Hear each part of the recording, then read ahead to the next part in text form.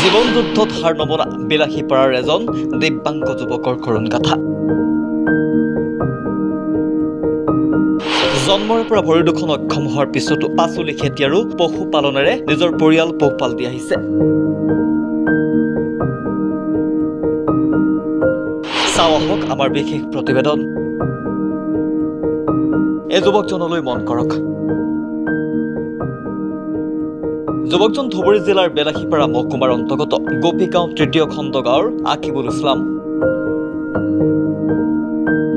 যুৱকজনৰ দুই ভৰি জন্মলগ্নৰে পৰা অক্ষম।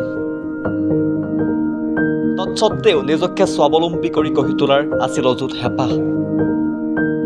নিজে খোজ কাঢ়িব নোৱাৰা দৰিদ্ৰ যুৱকজনে সমনীয়াসকলৰ সহায়ত বিদ্যালয়লৈ অহা যোৱা কৰি মেট্ৰিক পৰীক্ষাত উত্তীৰ্ণ হয়। পিছত পিতৃয়ে যুৱকজনক উচ্চতৰ মাধ্যমিকৰ একাদশ শ্ৰেণীত নামভৰ্তি কৰোৱাই দিয়ে। পঢ়া শুনাৰ প্ৰতি আগ্ৰহ থকা আকিবুলে একাদশ শ্ৰেণীৰ পৰীক্ষাত উত্তীৰ্ণ হয়। পিছে পিতৃৰ বিয়োগ ঘটাত ধনৰ অভাৱত যুৱকজনৰ পঢ়া শুনা ইমানতে অন্ত পৰিল।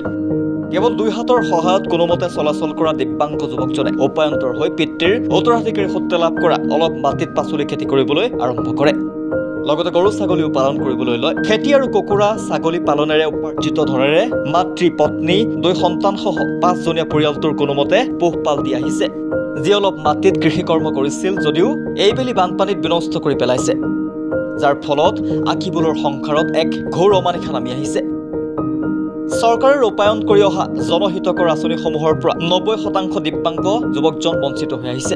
আজিলৈকে নাপালে ৰেচন কাৰ্ড, নাই প্ৰধানমন্ত্ৰী আৱাস যোজনাৰ গৃহ।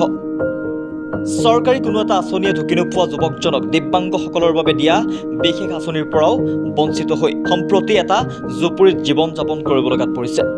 তথাপিও ভাগৰি পৰা নাছিল স্বাভিমানী যুৱকজন। নিজে অক্লান্ত পৰিশ্ৰমেৰে কৰা পাচলিৰ খেতিডৰা এইবাৰ বানে নষ্ট কৰি দিয়াত হতাশ হৈ পৰিছে। নিজৰ সন্তানৰ ভৱিষ্যতক লৈ বিবাঙত পৰিছে দিব্যাংগ যুৱকজনে সহায় বিচাৰি মুখ্যমন্ত্ৰী ডক্টৰ হিমন্ত বিশ্ব শৰ্মালৈ কাতৰ অনুৰোধ জনাইছে। এনেকুৱা ক'ব খুজিছোঁ যে মই ইমান দিনৰ পৰা এনেকুৱা আছোঁ, চাকৰি বাকৰি নাই, চৰকাৰৰ কোনো ফেচিলিটি নাই, একো পোৱা নাই। সেইটো কাৰণত চৰকাৰক কৈছে কিবা এটা মোক কৰিলে ভাল হ'ব, কিবা এটা দিলে যাতে মই কৰি খাব পাৰোঁ ল'ৰা ছোৱালী লৈ কিনে। এই মোৰ বয়স যিমান 27 বছৰ ধৰি কেনেকৈ আছে।